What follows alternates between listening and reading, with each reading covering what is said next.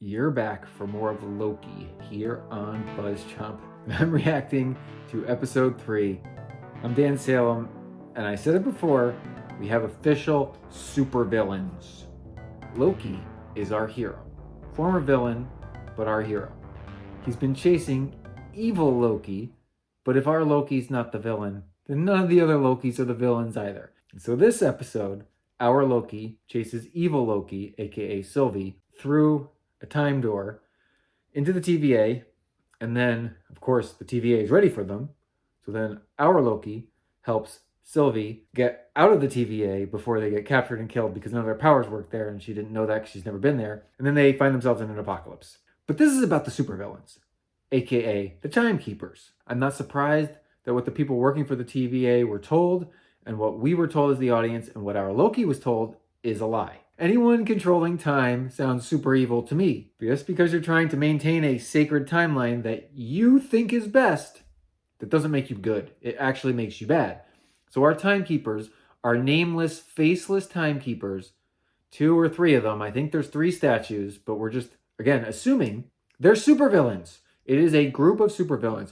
Thanos-level supervillains. Our Loki and Sylvie are trapped in an apocalypse. A moon is crashing into a planet. So this whole episode, they're kind of bonding. They're trying to escape. We're learning a lot about Sylvie, the female Loki, our Loki, his past, his motivations. We learn about our Loki's abilities in comparison to Sylvie's abilities, how they develop their magic powers. But most importantly, Sylvie let us know that those at the TVA have a past before the TVA.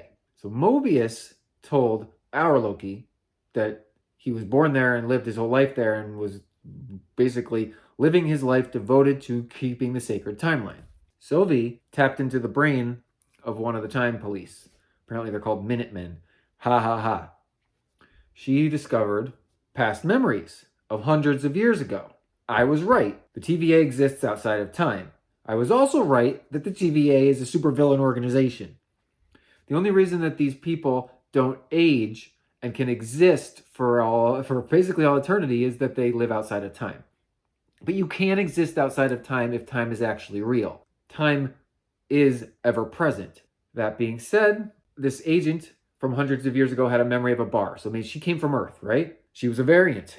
All of the people at the TVA were variants. The timekeepers grabbed a few variants, wiped their memory with the reset device, told them they were over there, created a whole freaking city civilization designed to preserve their sacred timeline by resetting time and stopping these variants. Or taking a variant who has potential, like our Loki, and working them into the fold to become a new member of the TVA, a new time police man or woman. We have super villains.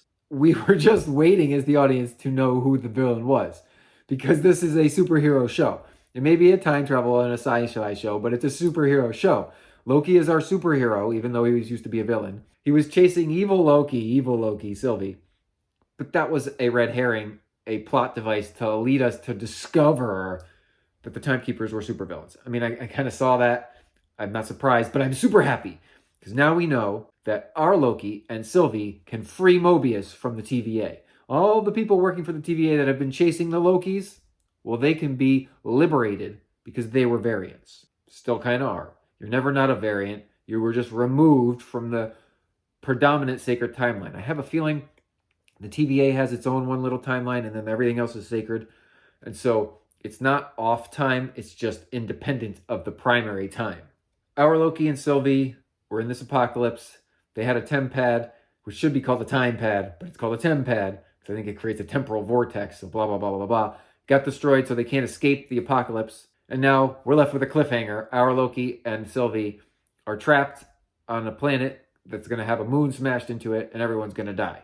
Not really sure how they're going to get out of this, but my feeling is, and it seems all too convenient, they're going to die, but we will have somehow reset things, because doesn't Sylvie have like a ton of resets? And so then we'll go back to either when our Loki first arrives at the TVA, but he's going to maintain his memories for some reason, or Sylvie and our Loki will be having just escaped the TVA, like at the beginning of this episode, and it'll be like a little time loop.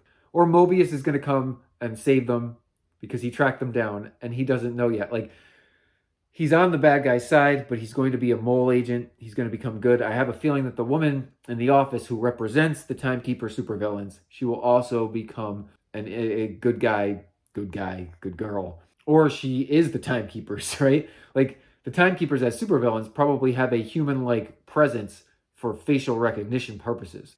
The Timekeepers are supervillains who enslaved variants to trick them into living a life that they want to utilize them to control them time. Ah! I'm Dan Salem. Subscribe to BuzzChomp for more of Loki and other amazing mind-bending TV all year long.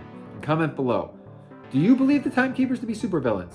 How are Loki and Sylvie going to escape the apocalypse? What other twists and turns will this show take? Can't wait to find out. Woo!